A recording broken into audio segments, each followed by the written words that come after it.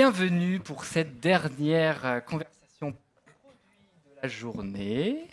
Je vais commencer par une mauvaise nouvelle. On vous a menti. On a intitulé cette table ronde « Le produit ne suffit plus ». Mais la vérité, en fait, c'est qu'un bon produit n'a jamais suffi à faire un bon business. Sauf qu'on a trouvé que le produit ne suffit pas, c'était pas très vendeur, et qu'on a vu à une certaine période également, certaines personnes au produit pensaient qu'ils étaient une pièce fondamentale de leur équipe. Eh bien aujourd'hui, on va faire une sorte d'éloge de l'humilité dans le produit en montrant tout ce que les autres fonctions peuvent vous apporter et vous apprendre en tant que product. On trouvait que c'était un contre-pied rigolo dans une conférence produit qui réunit des gens du produit et qui parlent produit.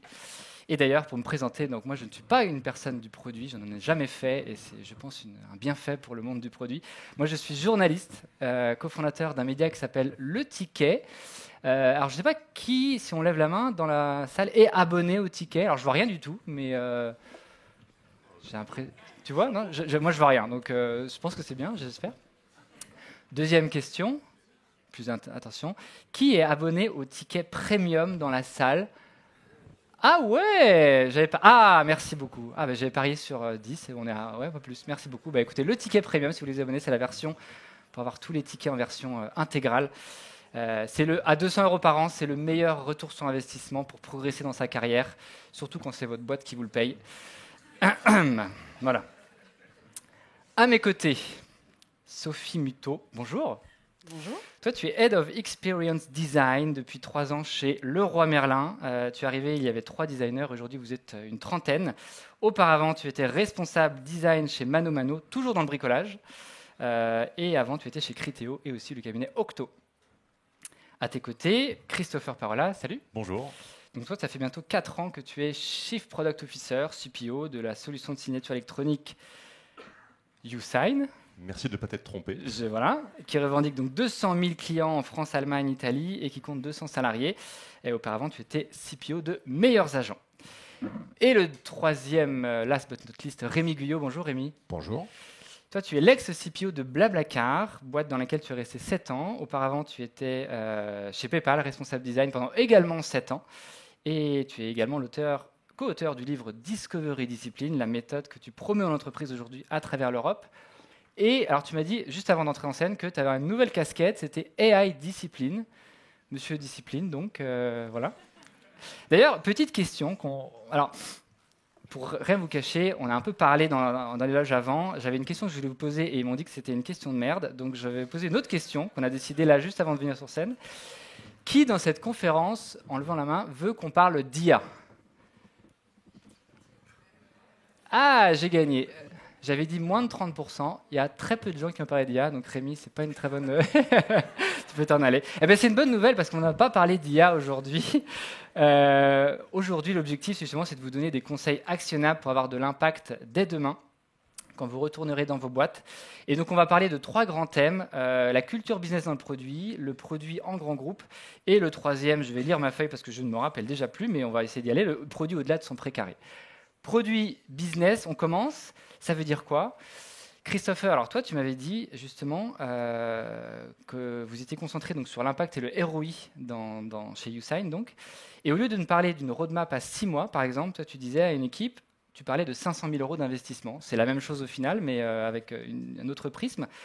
Et donc, l'équipe devait justifier son ROI derrière. Est-ce que tu peux me dire un peu qu'est-ce que tu attends que tes équipes produits te répondent à cette question de voilà, qu'est-ce que vous allez faire Comment vous allez investir ces 500 000 €? Ouais, c'est pas une paille.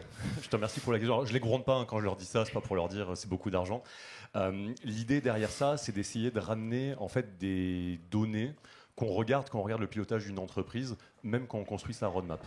Moi, ce que je trouve intéressant, je ne sais pas si ça vous arrive aussi, mais en fait, on est un des rares métiers où, au final, on ne regarde pas forcément le coût de ce qu'on va produire. En fait, c'est comme si on avait une chaîne de production, on allait livrer des choses de la valeur utilisateur, on serait en train de fabriquer un objet physique, on regarderait les matières premières, etc. Nous, comme c'est des salaires, des développeurs, des gens qui sont là, on a un peu tendance à oublier ça, à occulter le fait que ça a un coût pour l'entreprise. et donc prendre en compte ce coût dans la recherche de ROI final. Et donc du coup, ça c'est un exemple parmi d'autres choses qu'on fait, mais effectivement l'idée c'est d'essayer de se ramener à ces éléments-là et à se dire ok, si je vais investir sur un projet pendant 6 mois, c'est à peu près 500 000 euros, j'aurai des frais aussi pour le mettre sur le marché, pour le rendre accessible aux utilisateurs, pour qu'il tourne, et comment est-ce que je peux très tôt, avant même de commencer à développer, me dire ce ROI, est-ce qu'il va être à un moment donné justifié? Est-ce que je vais être capable de récupérer ces 500 000 euros? Alors, ce n'est pas toujours des projets avec un go-to-market et on récupère de l'argent, évidemment. Mais quand on met ça en comparaison, mettons qu'on fait un projet interne, je vais faire gagner 5 jours de travail à une équipe, je mets ça au regard de 500 000 euros, je peux avoir des abacs pour me dire peut-être que ça ne les vaut pas ou peut-être que ça vaut le coup d'aller investir ailleurs. Et donc, cette recherche de le ramener à une valeur financière, ça nous pousse à chercher des proxys pour essayer à chaque fois de les comparer, et de comparer ce qui est comparable et d'être capable de se dire, ok, ça c'est un investissement qu'on veut faire ou qu'on ne souhaite pas faire.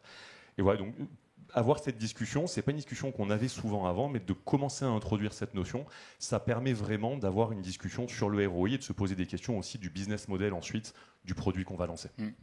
Toi, Sophie, j'entendais une conférence il n'y a pas longtemps où tu disais que tu avais une conviction profonde depuis des années que, donc tu es designeuse, design is business. Qu'est-ce que ça veut dire? Est-ce que tu peux me donner un exemple concrètement de en quoi est-ce que le business est design et le design le design et le business? C'est bon. C'est ça. Oui, complètement. C'est une vraie conviction que j'ai depuis très longtemps. Et d'ailleurs, je suis très enthousiaste depuis ce matin, puisqu'on parle beaucoup justement de cette question du business. Alors, c'est design is business, mais product is business. Ça marche, ça fonctionne pour les deux. Et pour moi, l'objectif de notre métier, c'est vraiment de faire converger, je crois que c'est Fabrice qui en parlait aussi tout à l'heure, c'est vraiment de faire converger les objectifs business de l'entreprise avec les attentes utilisateurs. Et si tu ne fais pas ça, forcément, ça va pas fonctionner. Et au-delà de ça, ce que ça veut dire surtout, et encore plus pour un grand groupe, pour Leroy Merlin, c'est qu'il faut créer un vrai maillage avec le business, très, très, très en amont de la chaîne de valeur. Donc, ce n'est pas juste à un moment, le produit arrive... OK, on fait un produit digital, on fait des interfaces, etc. C'est vraiment venir créer cette conversation avec un langage commun, avec la fonction business, et être en capacité de mettre sur la table leurs enjeux, de bien comprendre en fait ça. Et c'est vraiment au-delà de OK, on veut faire plus, je sais pas combien de volume d'affaires, etc. Bon, ça, OK, tout le monde veut faire ça, mais vraiment, qu'est-ce qui se joue derrière? Et chez Leroy Merlin, tu as beaucoup les interlocuteurs métiers au siège, mais il y a beaucoup de choses qui se jouent en magasin. Donc forcément, aller en magasin et comprendre ce que c'est le PNL d'un mag, tu ne vas pas aborder du tout les sujets et la création d'un produit derrière de la même façon. Et après, on est vraiment là pour venir activer, d'un point de vue digital, mettre la pierre à l'édifice de ces objectifs-là. Rémi, donc toi, tu avais une technique de calcul implicite de ROI qui est assez basique au final. C'est définir en amont un critère de succès et une durée d'effort estimée. Est-ce que pour toi, ça commence par là, la culture quand on parle de culture business, ça veut tout et rien dire. Et est-ce que pour toi, c'est déjà le premier calcul effectué pour chaque projet? Oui, et en particulier, c'était l'idée de se dire que... il faut aller, quand on a un projet d'itération, au-delà de simplement dire je cherche à faire bouger telle métrique. Et ça ne suffit pas en fait. Si tu dis tiens, je vais faire bouger ma métrique d'acquisition, ce n'est pas un passe-droit pour n'importe quelle initiative. Parce que, lié à ce que tu disais, Chris, si en fait au final, l'impact réel que tu vas avoir et tu vas faire bouger cette métrique de, je sais pas, 0,1%, oui, tu l'auras fait bouger, mais c'était ridicule par rapport au coût. Au final, au temps que tu as passé. Et l'erreur, je crois, c'est parfois de se dire, non mais en fait, j'en sais rien, je ne sais pas exactement quel impact je vais avoir, c'est pour ça que je cherche un peu à expérimenter, mais je crois que c'est prendre le problème à l'envers, c'est que si déjà, dans ton ambition initiale, tu es incapable de voir à quel niveau d'impact ça pourrait être, tu ne vas pas être capable de te dire, mais en fait, le temps que j'investis dedans, au bout d'un moment, il est plus justifié. Et donc, c'est de rentrer donc, tu peux aller après dans des calculs extrêmement savants, mais j'ai l'impression que ça, c'est à la portée de n'importe quelle équipe.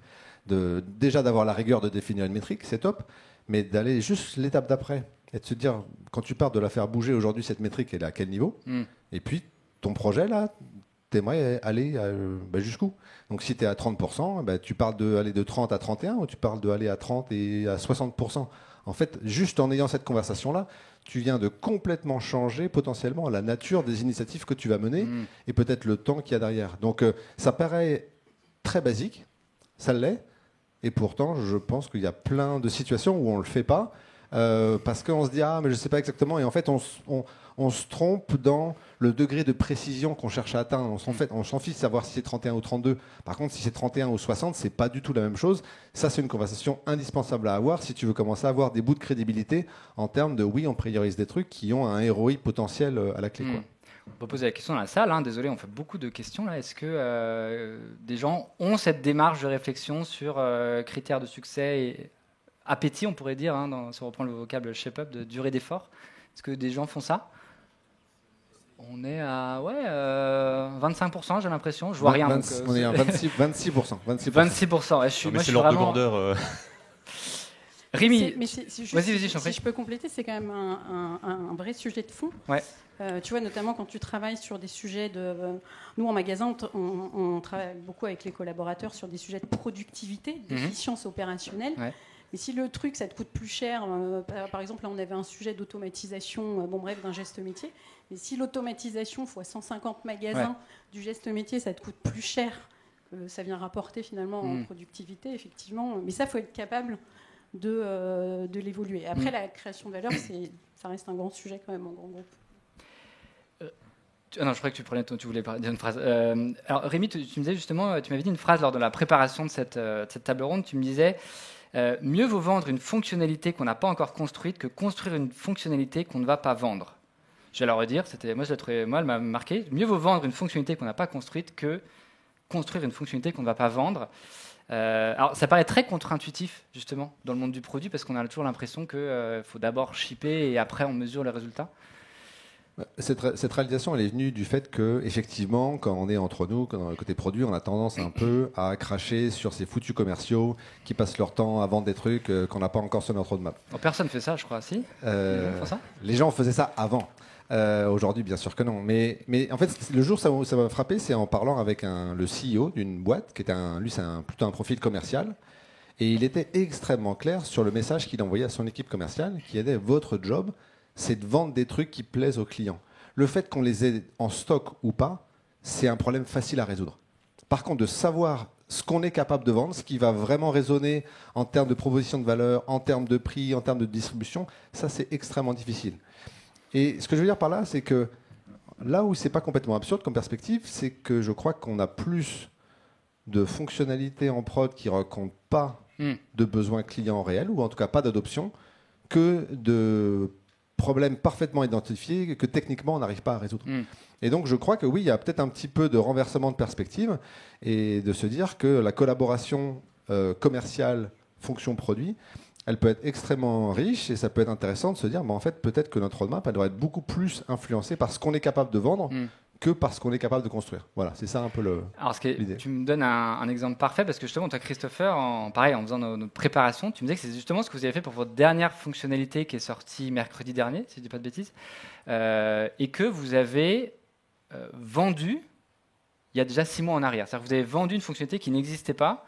Est-ce que tu peux me raconter justement ? Oui, avec plaisir. En fait, nous, on fait de la signature électronique et ce qui est intéressant, et c'est exactement ce que tu évoquais, Rémi, c'est qu'à un moment donné, on a cherché à se diversifier, donc on cherchait des angles qu'on pouvait adresser. Et on s'est rendu compte dans la signature électronique qu'on gérait très bien l'identité des personnes. C'est ça une partie du métier de la signature électronique. Et en regardant un petit peu, on s'est rendu compte qu'on avait dans les équipes des commerciaux qui en fait vendaient aux clients nos produits de signature électronique en leur disant « fais signer un faux document ». Vide, donc normalement une valeur légale, etc. Donc c'est pas la pratique. Pour accéder en fait à la solution de vérification d'identité qu'on n'a pas, mais du coup c'est une sorte de façon d'aller traiter ce sujet avec les produits. Donc c'est du bricolage et ça on l'entend souvent aussi. On disait on n'est pas content des commerciaux qui vendent quelque chose qu'on n'a pas. Des fois on n'est pas content aussi, ils vendent pas exactement comme on est en train de le faire. Et je trouve que c'est intéressant comme renversement de philosophie de se dire non en fait s'ils arrivent à le vendre, le truc le plus dur à prouver, cette espèce de product market fit, d'attente, etc., c'est vendu en plus, ils l'ont acheté. Donc on vient de valider d'un coup le prix, l'appétence, les alternatives, on a tout validé d'un coup dans notre modèle. Et on peut sereinement le développer, sachant que chez nous, chez YouSign, développer ce type de solution, ça demande des certifications. Donc il peut s'écouler 6 mois, 9 mois avant qu'on obtienne l'autorisation de mise sur le marché du produit. Et donc ça renverse complètement la façon de faire. Ce qu'on a vu comme difficulté parfois, c'est aussi que même le commercial, c'est tellement loin ce qu'il va essayer de vendre de son quotidien qu'en fait il n'y arrive pas, et donc maintenant on va même nous prendre la main du commercial et que les product managers aillent vendre avec le commercial des produits qui n'existent pas. Et donc ça, on est allé jusqu'à ce niveau-là, ce qui nous permet en fait d'avoir des product managers qui prennent des retours du terrain très vite, qui voient le commercial comme un partenaire. En fait, il l'accélère, il le fait aller plus vite dans sa compréhension du client, du besoin, etc. Du coup, les produits qu'on fait sont plus spot-on parce qu'on sait aux besoins auxquels ça répond. Après, ce qui est sûr, c'est que quand on fait ça, il faut que toutes les problématiques, on va dire entre guillemets de base, mais de delivery, etc., soient tenues, parce que j'ai commencé à vendre et j'ai dit que ça arrivait dans 6 mois. Voilà. Après, on sait tous les problèmes qu'on peut avoir. Si j'ai vendu, ça faisait pas partie de la stratégie, et maintenant on court derrière. Donc c'est intéressant aussi de changer un peu ça et d'embrasser ce changement et de se dire non, en fait, c'est nous qui allons pousser ça. Comme ça, on maîtrise la communication, on maîtrise la timeline, on sait qu'on va travailler dessus, et juste on va sortir le bon produit au bon moment. On va passer au deuxième thème, justement. Vous aurez le droit à la parole à la fin de cette table ronde. Justement, on va faire passer des micros sur des questions. Le deuxième thème, c'est le produit dans un grand groupe, parce que souvent, on se rend compte qu'il y a un peu ce regard un peu condescendant de produit en start-up et versus produit en grand groupe. Et le problème du grand groupe, c'est que le produit n'est souvent pas le cœur du réacteur. Donc, il faut travailler avec cette notion-là. Toi, Sophie, est-ce que tu as déjà été confrontée justement chez Leroy Merlin, par exemple, à ce choc où justement tu n'étais pas au cœur de la stratégie? Comment est-ce que tu le vis et comment est-ce que tu t'adaptes à ça? Alors, je le vis bien, mais effectivement, c'est à peu près tout le temps, tous les jours. Sachant qu'avant, tu étais chez Mano Mano, où le produit était vraiment le cœur. Mano Mano, et là, pour le coup, la marketplace, la toolbox pour les sellers, c'était vraiment le cœur du sujet chez Mano Mano. Chez Leroy Merlin, c'est un levier. Voilà, et parmi d'autres leviers qu'on développe, qu'on regarde avec attention. Il y a beaucoup quand même d'équipes produits et digital chez Leroy Merlin. Mais effectivement, c'est pas le cœur du métier, et c'est pas là-dessus du tout que le business va s'attarder. Eux, ils ont d'autres ambitions, d'aller chercher des nouveaux marchés. Enfin voilà, on parle beaucoup de parts de marché. Et on est complètement là-dessus, des nouveaux business models. Voilà, mais néanmoins, donc du coup, ça sert à rien de leur parler de product management, de méthodologie, de framework, même si on a quand même posé notre framework, je dois bien le dire, avec les diamants, tout ça. Ça permet d'expliquer qu'il faut travailler ensemble très, très en amont. Mais effectivement, voilà, c'est pas dans leur cœur et ça sert à rien de leur parler de ça. Et c'est d'autant plus important d'avoir des conversations vraiment business avec eux sur ce qu'on veut aller chercher, quoi. Ouais.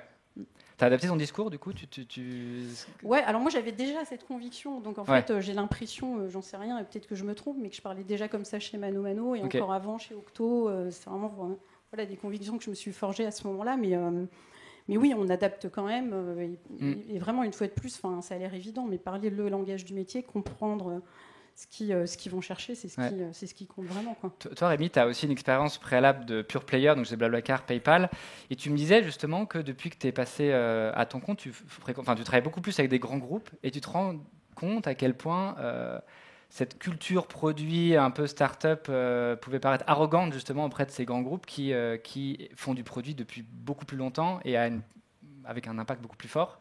Est-ce que tu peux me partager ton... La première découverte de cette arrogance-là, donc de ma propre arrogance, c'était en fait avec Hugo Gessman, qui est donc le fondateur de TIGA et de cette conférence. Et il se trouve qu'on avait l'occasion d'aller intervenir auprès du comité exécutif de Schneider Electric. Et on devait partager des bonnes pratiques, etc. Et en fait, on s'est rendu compte qu'il y avait un malentendu majeur qui s'est présenté très très vite dans la discussion.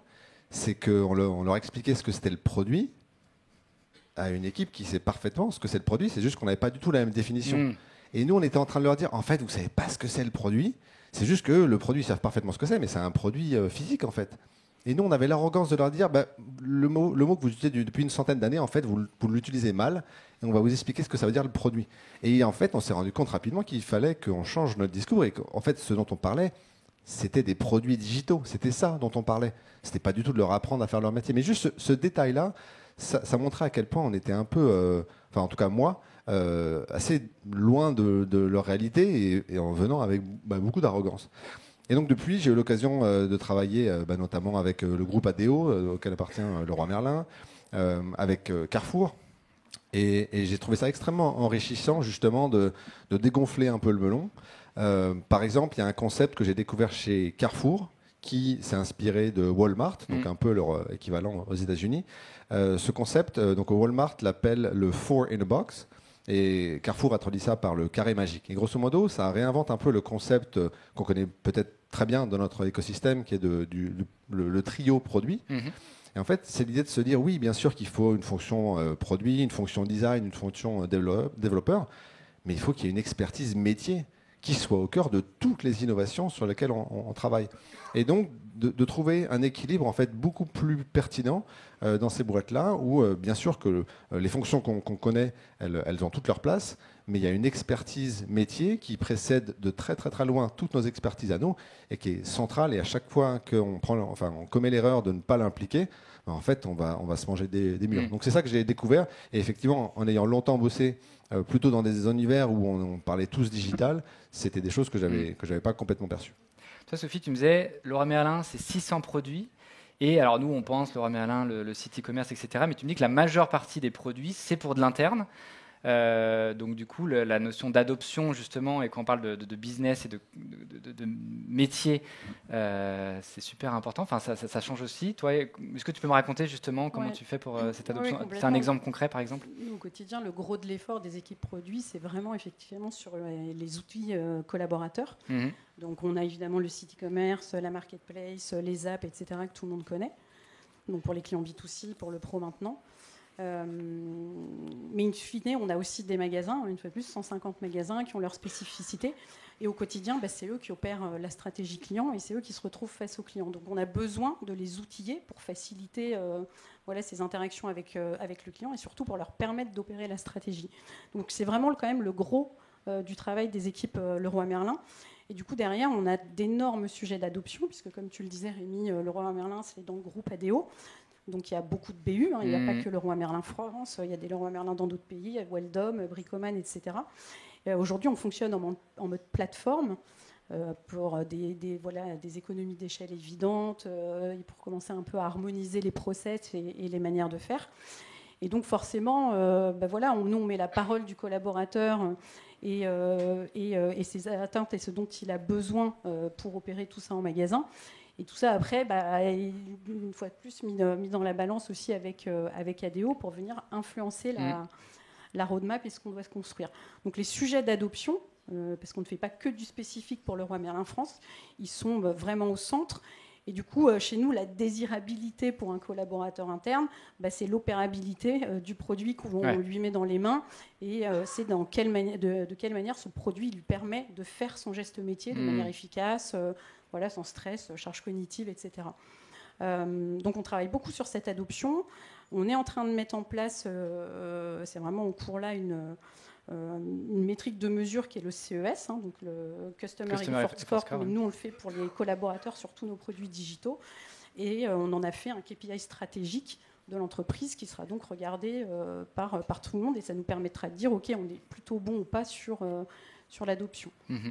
On pourrait se dire ils n'ont pas le choix, mais ils ont plein d'imagination pour construire des outils alternatifs qui nous créent après des sujets de shadow IT. Je passe au troisième thème. Vas-y. Est-ce qu'avant je peux poser une question Mais tu peux, c'est pas grand groupe, mais je trouvais ça très intéressant. Et puis j'avais fait du conseil avec Sophie à l'époque, donc ça me rappelle des souvenirs. Du coup, ce que je me demandais. Chez Leroy Merlin, en plus, on faisait des missions, donc t'as bien fini.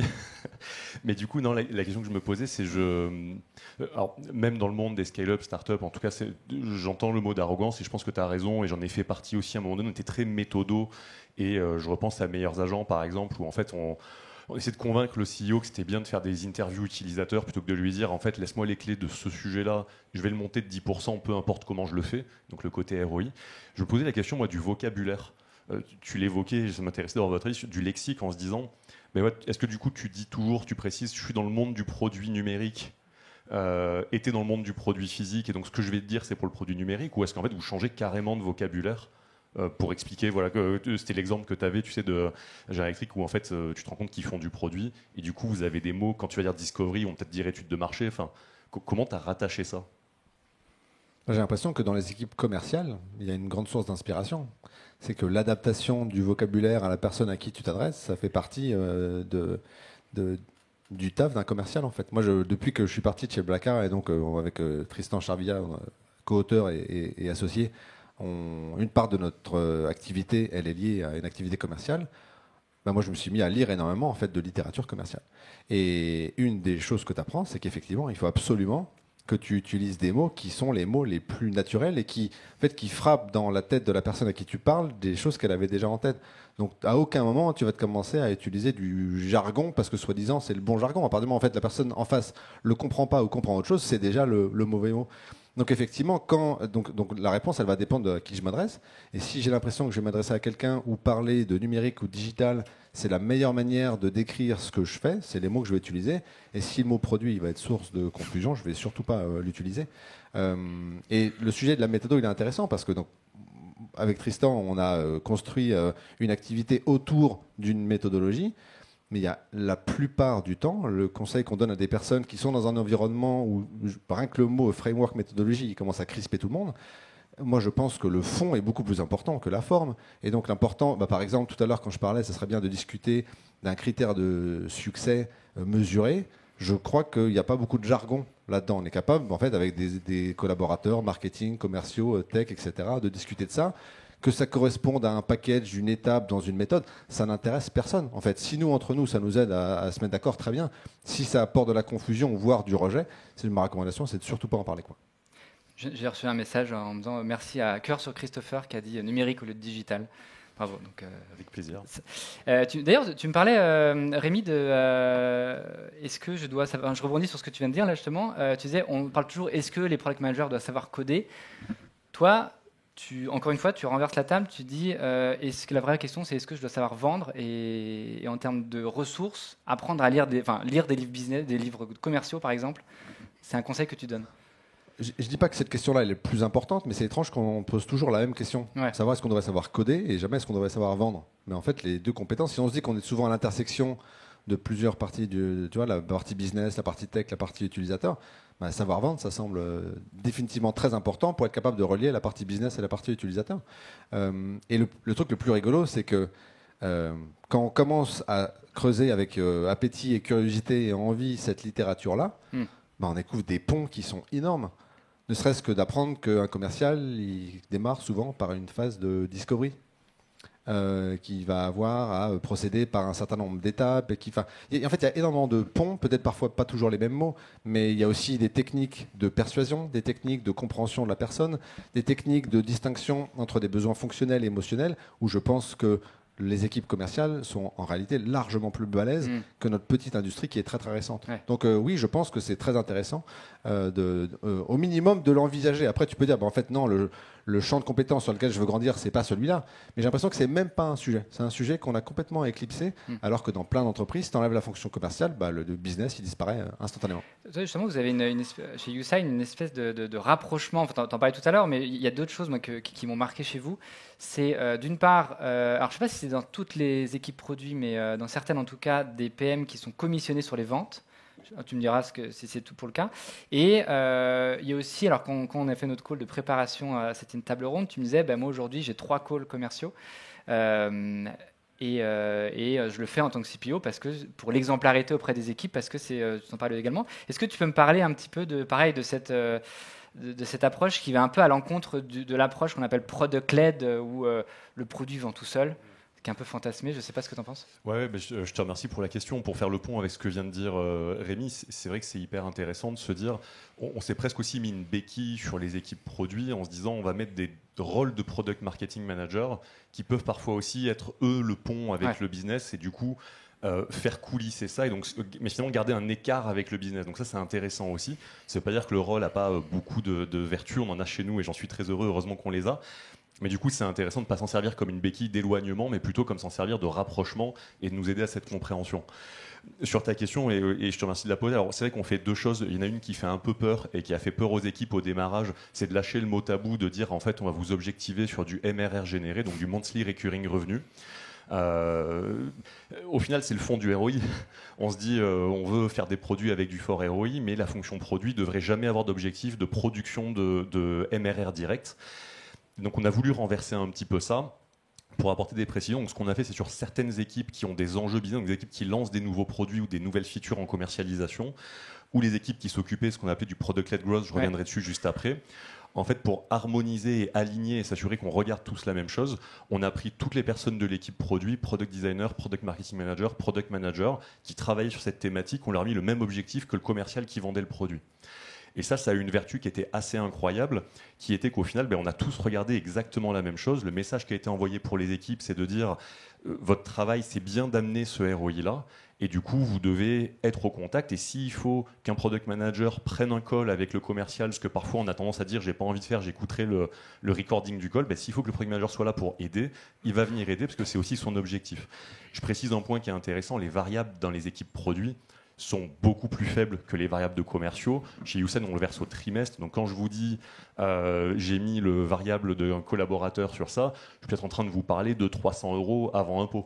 Donc on n'est pas en train de changer la vie du collaborateur, mais ce qui est intéressant, c'est que même si ce montant n'est pas une carotte, comme ça peut l'être parfois dans l'univers commercial, parce que c'est une part importante de la rémunération, c'est un outil d'alignement qui permet de dire c'est ça qu'on veut regarder ensemble. Voilà, donc ça, c'est la partie rémunération. Je ne sais pas si tu veux que je parle du product-led growth ou on garde pour après. On va le garder pour après pour les potentielles questions qui vont se passer. Peut-être 2 dernières petites questions et après je vous laisserai la parole. Préparez-les si besoin. Sophie, toi, est-ce que toi aussi tu as été amenée à, dans tes expériences, on parlait d'aller au-delà de son scope traditionnel. Est-ce que toi, en tant que designer, chez Leroy Merlin ou d'autres expériences, justement, tu fais cet extra mile pour au-delà de ton périmètre qui est censé être attribué?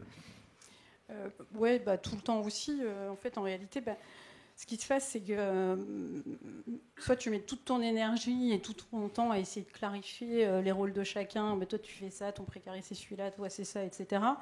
Et tu n'avances pas, en gros. Enfin, je veux dire, tu tournes en rond.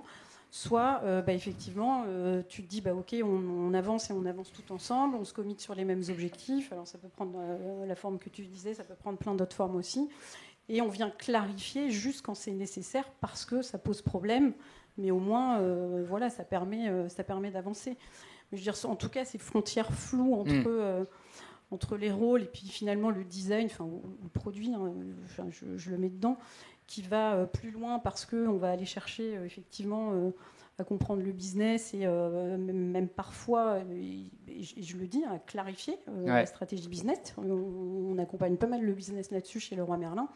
On le fait. Après, c'est comment ils le reçoivent aussi. Ouais. Donc, toi, tu me disais, Rémi, qu'il y a eu une phrase de ton prédécesseur chez Blablacar qui disait que le product manager doit être l'avocat de l'expertise qui n'est pas dans la pièce, que les products sont toujours les moins experts. Est-ce que tu peux, j'allais dire diguer, non, creuser ce point? C'était donc Frédéric Dermer, qui était responsable de l'équipe produit au moment où moi j'ai rejoint Blablacar. Ouais.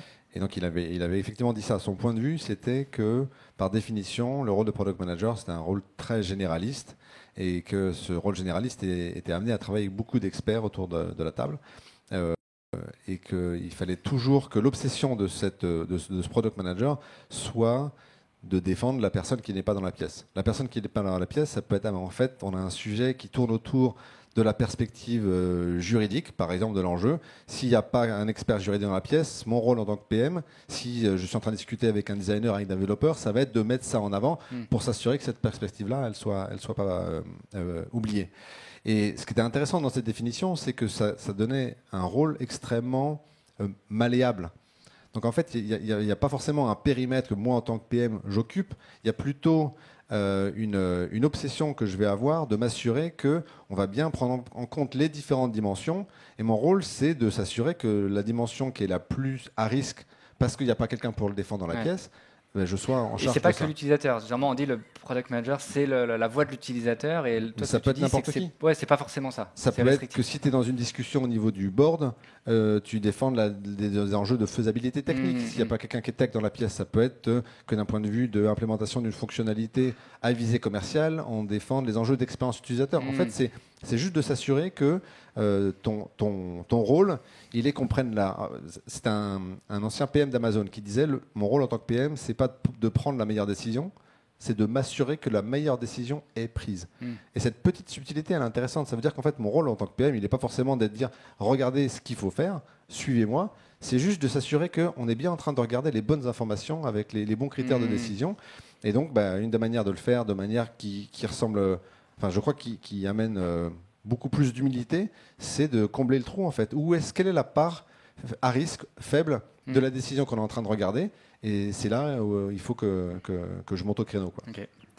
Je vois que notre timer est passé dans le rouge. Il nous reste 10 minutes. Est-ce qu'on peut allumer la scène et faire circuler des petits micros si vous avez des questions? J'en ai d'autres, mais si vous en avez, je suis preneur de déléguer, de partir en vacances. Oui, bonjour. Je crois que c'est un topic que vous vouliez adresser un moment. Au cours de la journée, on entendait parler de product-led growth. Là, vous êtes plutôt sales growth. Au final, c'est quoi un peu la bonne approche à adopter? Merci pour la question. En fait, nous, chez YouSign, on est une société qui a 10 ans, qui a vécu 7 ans en sales growth. Donc effectivement, même des plans d'abonnement à 9 € par mois passés par un commercial. Et on s'est dit qu'il fallait qu'on permute une partie de notre business. On sert notre produit par une API, une application, et que la partie application devait et pouvait être product-led growth. Ce qui a été intéressant dans ce virage-là, c'est 2 choses. La première, c'est on a essayé de ne pas confondre product-led growth et product team-led growth. C'est-à-dire qu'en fait, la croissance, c'est la croissance de l'entreprise. C'est pas l'équipe produit, ça fait le point avec ce que tu disais, qui va prendre toutes les décisions. Par contre, on va être un catalyseur pour essayer d'amener des sujets de viralité, d'acquisition, etc. via le produit, pour que le produit soit son moteur de croissance. La deuxième chose aussi, c'est qu'on l'a fait, nous, comme un deuxième pilier. C'est-à-dire qu'en fait, on a voulu libérer du temps à nos commerciaux. Et en ce sens-là, je retrouve un peu des choses dont vous parliez dans les grands groupes. C'est-à-dire qu'on avait des gens qui partent du métier, qui faisaient ces ventes aujourd'hui. Il a fallu comprendre comment ils les faisaient, comment est-ce qu'on pouvait numériser cette partie-là et la fluidifier en ligne pour leur libérer du temps, pour qu'ils aillent consacrer du temps sur des deals qui sont plus gros. Donc, ce qui est intéressant avec le recul, on a passé après 2 ans de changement pour faire ça. On a fait ça étape par étape sur des zones de notre funnel différentes. Et après 1 an, on avait 50% de notre nouveau chiffre d'affaires mensuel qui venait de la partie autonome et automatique qui était générée avec du product-led growth. Il y a un très bon article dans le Ticket, il y a un podcast d'ailleurs sur le sujet. Il y a eu des conférences de Spiridon et Dorinda dans les équipes. Mais en tout cas, mais ce qui est intéressant, c'est que c'était une des façons de dépasser aussi le rôle du produit. Je pense qu'il y a eu beaucoup de hype, beaucoup d'intérêt sur le product-led growth parce que c'est arrivé au moment où les fonds se raréfiaient, où on a commencé à avoir l'injonction de la rentabilité dans ces équipes et donc pouvoir prouver qu'on peut ramener du business, ramener du revenu, c'était essentiel. Et voilà, moi, vraiment, le point d'attention, c'est ça, c'est de se dire, c'est pas, on n'a pas donné les pleins pouvoirs d'une équipe sales à une équipe produit qui maintenant va dicter la cadence. C'est plutôt comment l'équipe produit peut générer du revenu au même titre que d'autres équipes. Et ça, c'est vraiment une nuance qui, pour moi, est essentielle. Autre question. Ouais, bonjour. Est-ce que tu peux me préciser ton prénom et ton entreprise, peut-être pour aider à répondre? Bonjour, je suis PM, je m'appelle Nagit et je travaille dans une entreprise de cyber qui propose des services de service manager en cybersécurité. Super. Et du coup, j'avais une question sur le fait que vous ayez défendu le fait que les sales vendent quelque chose qui n'est pas encore disponible. Je vois très bien les avantages, mais je vois aussi beaucoup les inconvénients. Je vois certains paradoxes aussi, surtout venant de Rémi. J'ai lu un de tes articles qui est très bien avec la télécommande, avec le fait de simplifier le produit, de ne pas avoir trop de fonctionnalités. Comment on fait dans un produit SaaS qui est le même pour tous nos clients quand on est, dans ce cas-là, output driven du coup, et on se base sur une solution et pas sur un résultat? Ça veut dire qu'on va avoir autant de fonctionnalités que de demandes de clients qui ont été vendues. Où là, notre métier de PM est d'aller rationaliser un peu tous les retours qu'on a eus, merger tout ça en la solution adaptée pour répondre à différents résultats et conserver de la simplicité dans notre produit. Réponse en rapide si c'est possible. Bien sûr. La mesure du possible. Je sais que les enjeux de simplicité, d'expérience, ils sont aussi importants pour Sophie et Chris, donc n'hésitez pas à compléter. Mais la première chose qui me vient, c'est que je crois que des équipes produits qui finissent par créer quelque chose qui est trop complexe, malheureusement, on n'a pas besoin d'équipe commerciale pour le faire. On arrive très bien à le faire tout seul. Et une des raisons à ça, c'est notamment notre obsession pour l'itération. C'est que parfois, quand on itère en permanence, on ne mesure pas la complexité croissante qu'on est en train de rajouter dans le produit et dont on finit tous par se moquer quand c'est le produit des autres, mais on ne se rend pas compte qu'on est en train de faire pareil. là où tu as complètement Il y a des raison. gens qui non, mais rigolent dans la salle, hein, je mon pense que point- ça doit parler. Mon point, il est que tu as raison, et il y a sûrement de la nuance à apporter dans le propos. Mon point, il n'est pas de dire que n'importe quelle fonctionnalité vendue par n'importe quel vendeur est mieux que ce qu'on aurait mis dans la roadmap.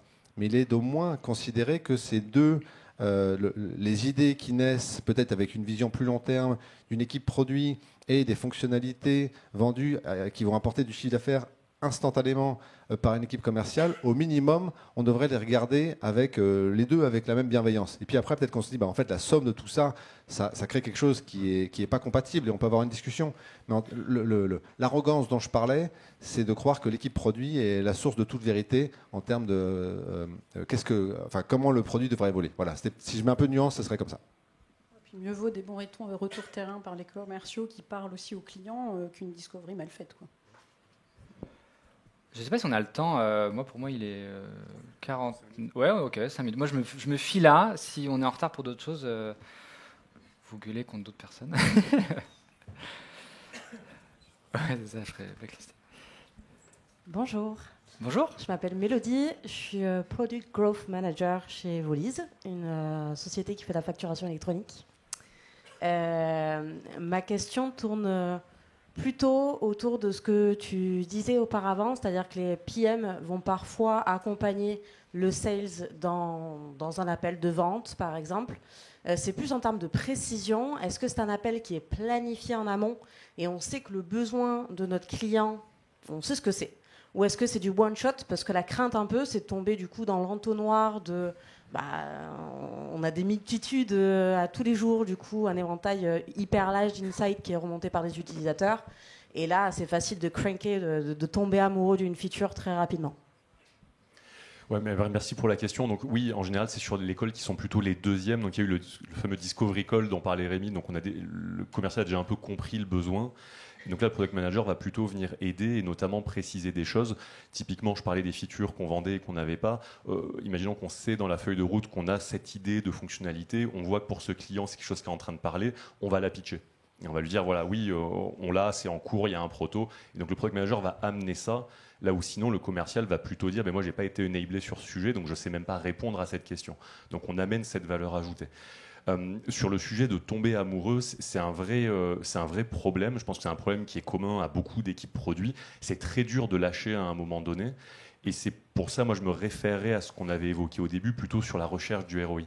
Pour moi, c'est ça un petit peu le filtre qui permet de dire, OK, je romps avec cette idée ou cette fonctionnalité.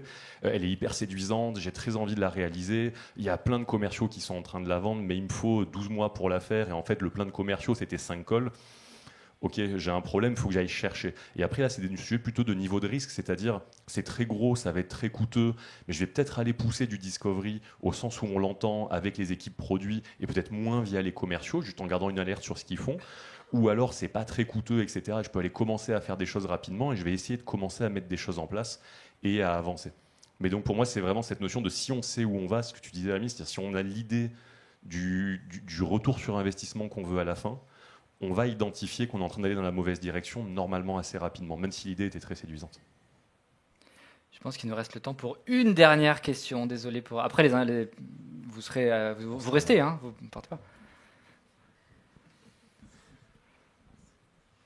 Bonjour, du coup, Florent, PM à Exalt en mission à Kiabi sur toute la redescente produit, PDP, PLP, Reco, Recherche, toutes ces joyeusetés-là. Et le produit ne suffit plus, effectivement. Et certaines entreprises, en ces temps plus complexes, sont tentées de revenir à ce qu'ils connaissent le mieux, c'est-à-dire le bon vieux projet, avec tous les rôles qui y sont attitrés et qui doivent cohabiter malgré eux dans le backlog de toutes les équipes produits. Et du coup, je me demandais, vous, dans la vie quotidienne, comment vous faisiez pour faire cohabiter projet et produit? Ah, il a dit le mot projet. C'est Il fallait pour que quelqu'un le grand dise, de groupe. toute façon, c'est Voilà, bien, merci. Projet, c'est pour moi. Alors, comment on fait pour faire cohabiter en réalité, le vrai sujet, c'est effectivement de ne pas être dogmatique. Donc, on ne va pas embarquer... Je regarde Guillaume, qui est mon manager sur le product management, enfin les practices méthodos, mais l'idée, c'est pas de se dire qu'on va embarquer toute la boîte sur du product management et qu'il faut absolument faire comme ça, équipe à pain, etc. Il y a des sujets et des projets qui sont éminemment complexes dans les gros groupes parce qu'il y a des legacy de 30 ans, il y a une complexité métier qui est quand même bien présente. Donc c'est des sujets au long cours. Donc ce qu'on va plutôt faire effectivement, c'est qu'on va combiner en fait une approche projet, et c'est OK, avec une approche product. Donc on va faire du product dans le projet, et parfois on va faire un peu de projet aussi dans le product, et des fois on fait même du product sans product. Et c'est véridique, on va appliquer des éléments de discovery, comment on va fixer des OKR, etc., des métriques, alors qu'il n'y a même pas de produit, mais on est juste sur un sujet de parcours end-to-end qui est très transverse et qui va traverser peut-être, dans les grands groupes, 50 produits. Et on va plutôt combiner ces approches différentes. Et franchement, se dire j'arrive et je fais que du product et suivez-moi, etc., personne ne va te suivre. Pile poil sur le gong, c'est parfait. Merci beaucoup d'avoir participé à cette conférence. Et très bonne fin de LPC. Bye bye.